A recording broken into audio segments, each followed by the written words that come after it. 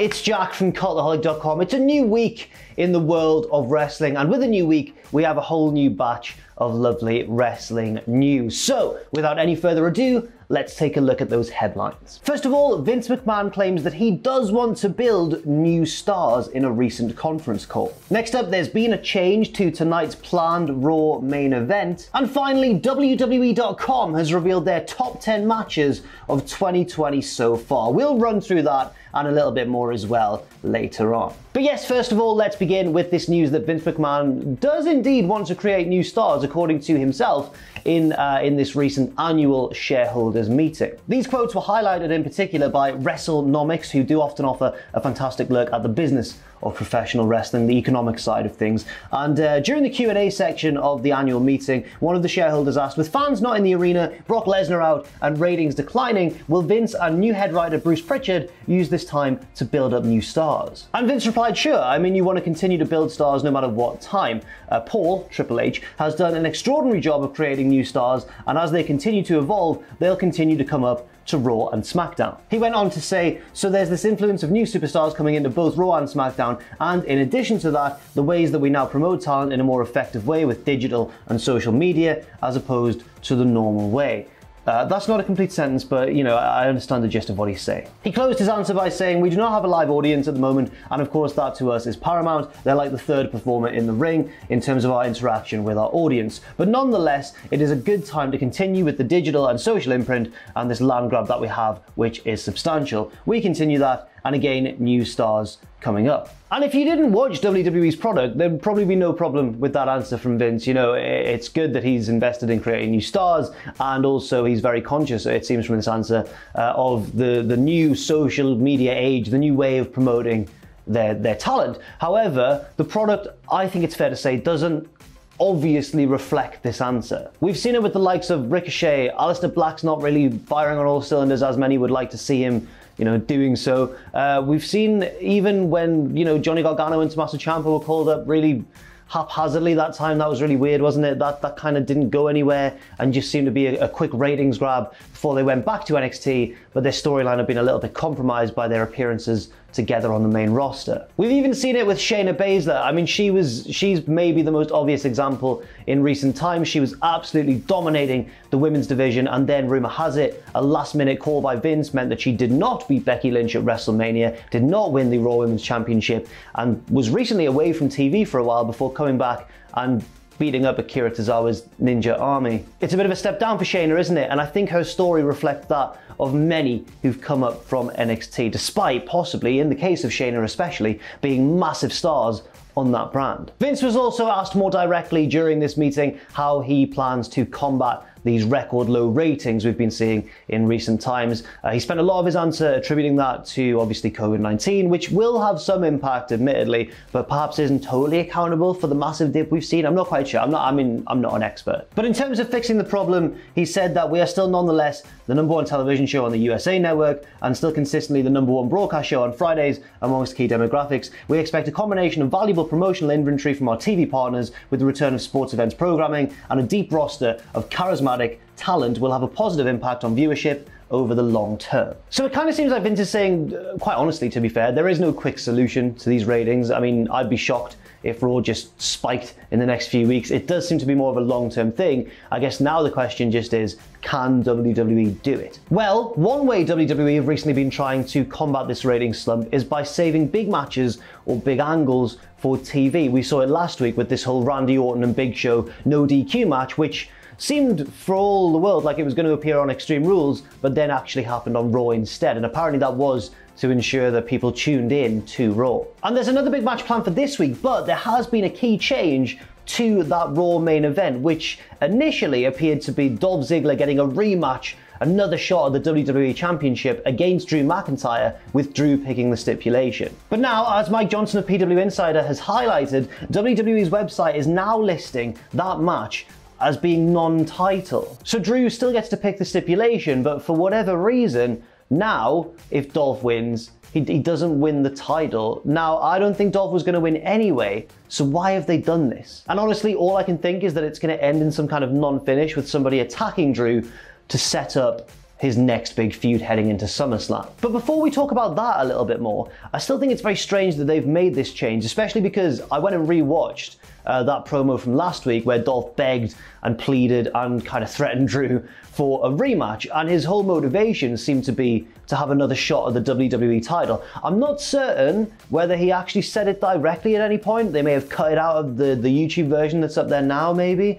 but it all seemed to be because of his hunger for that WWE title that he's never quite got his hands on. And that made total sense from Dolph's point of view. I mean, yes, it might be annoying to see Dolph get another title shot even after he was beaten at Extreme Rules on pay-per-view. You expect that sort of result to have consequences, but it made total sense from a character standpoint, didn't it? So it's a strange change, and one that I do suspect will lead to a non-finish perhaps, maybe someone else getting involved and calling out Drew, and then, you know, that'll be his opponent for SummerSlam. But that's, excuse me, that's just speculation on my part, and I don't actually know why they've done this. It seems like they've lowered the stakes of what was otherwise a pretty high stakes match. But assuming, regardless of what happens at the end of the main event this week, assuming that Drew does indeed move into a new feud for SummerSlam, because I can't see him having a third match with Dolph at SummerSlam, who will his opponent be? Well, this week's Raw preview on WWE.com may give us a little bit of a hint. That's because Randy Orton is scheduled to open the show and announce his next target, and I honestly would not be surprised at all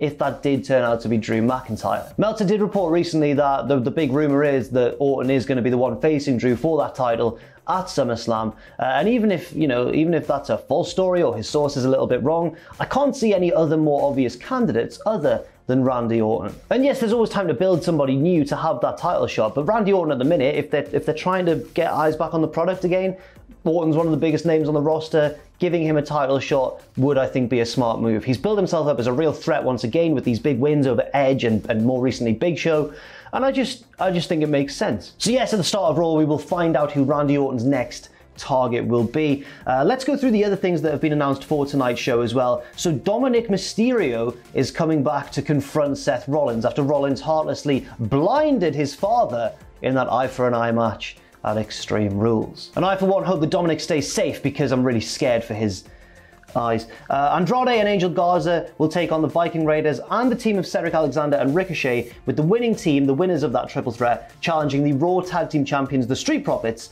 at SummerSlam.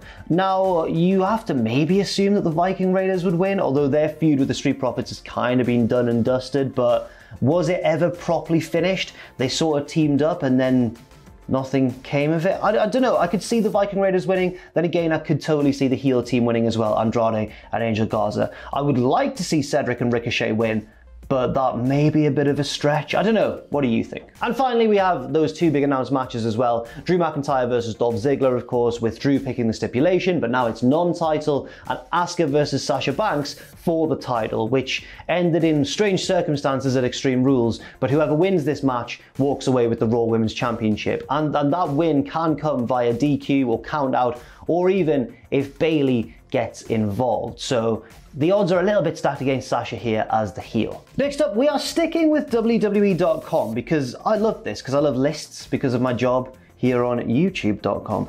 WWE.com have revealed their top 10 matches of 2020 so far. And there's some interesting ones in there. I'm just going to run down the whole top 10, but as we get towards, the top ranked matches of this list, you might see something a little bit strange. So at number 10, we've got Matt Riddle versus Timothy Thatcher in the first ever NXT Fight Pit. Do you remember that weird sunken cage with Kurt Angle as the special guest referee? Very unique matchup there. Keith Lee versus Adam Cole, the big winner-take-all match at the Great American Bash. Keith Lee, of course, now is vacating one of those belts that he won, the North American Championship, because William Regal said so and wants to give other people in NXT the chance to fight for the mid-card men's title. Number 8, the men's and women's Money in the Bank ladder matches at Money in the Bank, which kind of took place simultaneously in Titan Towers, which involved a couple of deaths, I seem to remember, as people were thrown from the top of Titan Towers, but then it was revealed that they didn't perish at all. Rhea Ripley versus Charlotte Flair for the NXT Women's Championship at WrestleMania. That comes in at number 7 and was a very good match, even if I personally did disagree with Charlotte Flair winning. Number 6, Drew McIntyre versus Seth Rollins for the WWE title at Money in the Bank. Another good match, but one which ended strangely, because if you remember, I believe that Seth Rollins shook Drew's hand and then walked off to the back. And it seemed like Rollins was going to turn face, but then he didn't, because now he's, you know, knocking Rey Mysterio's eye out on pay-per-view. Number 5, the final of the IC title tournament, AJ versus Bryan. Yes, fantastic match, great choice there. That was on the SmackDown of June 12th. Number 4, the men's Royal Rumble match, another great choice as well. A very uniquely booked Rumble with Lesnar really dominating the opening stages, into the middle stages really, before Drew McIntyre beat him, and of course Edge made his legendary return. Number 3, Charlotte Flair versus Rhea Ripley versus Io Shirai from NXT TakeOver in Your House for the NXT Women's Championship. A great match as well, and the one that saw Io Shirai begin her reign as the NXT Women's Champion. And now, number 2 on this list, Edge versus Randy Orton from Backlash. What? Yeah, after marketing it for weeks and weeks and weeks and weeks as the greatest match of all time, WWE have put Edge versus Randy Orton at number 2 in their top 10 matches, not of all time even, but of 2020 so far. I mean, is that a joke? Are they doing that on purpose to make us laugh after, you know, all the hype and all the... And the match was a really good one as well, so I don't know what they're thinking of here. Number 1, by the way, was the Boneyard match at WrestleMania. We love The Undertaker, he's always got to be number 1. Undertaker versus AJ Styles on night 1 of WrestleMania. And finally, Lita, WWE Hall of Famer Lita, excuse me, was recently on Corey Graves' podcast and was asked if she could ever see herself returning to the ring. And I'll just tell you her answer, because it was a little bit interesting. It wasn't definitive one way or the other, but it was a potential little suggestion. Now, Lita's last match was her tag team match at Evolution, the all-women pay-per-view that turned out to be a really good show, and then, you know, never got followed up on. But Lita was asked by Corey Graves if she would ever return for a match, and she didn't dismiss the idea. She said, I'm down, but I can't say that if I was never in a ring again, that something is missing from me. She's saying there that she would, you know, she's content if she never wrestles again, but she's not going to say never. She said, I think it will be a fun opportunity and a good short-term goal and just something to add to the resume, but you guys don't need me. Everybody is doing awesome there, so I can get by just watching how great everyone else is doing. But if the stars aligned, then it could happen. Interesting stuff there, I'm sure you'll agree, especially for big fans of Lita. And I like that she's content with never having to wrestle again. She just thinks it would be cool if the chance came about. Anyway, that's all for the news today, at least in this video. We may have another one up later, we're not certain yet. But thank you very much for watching this video. I've been Jack from Cultaholic.com. Leave your thoughts and opinions in the comment section down below. Stay safe out there, stay positive, and I'll see you very soon.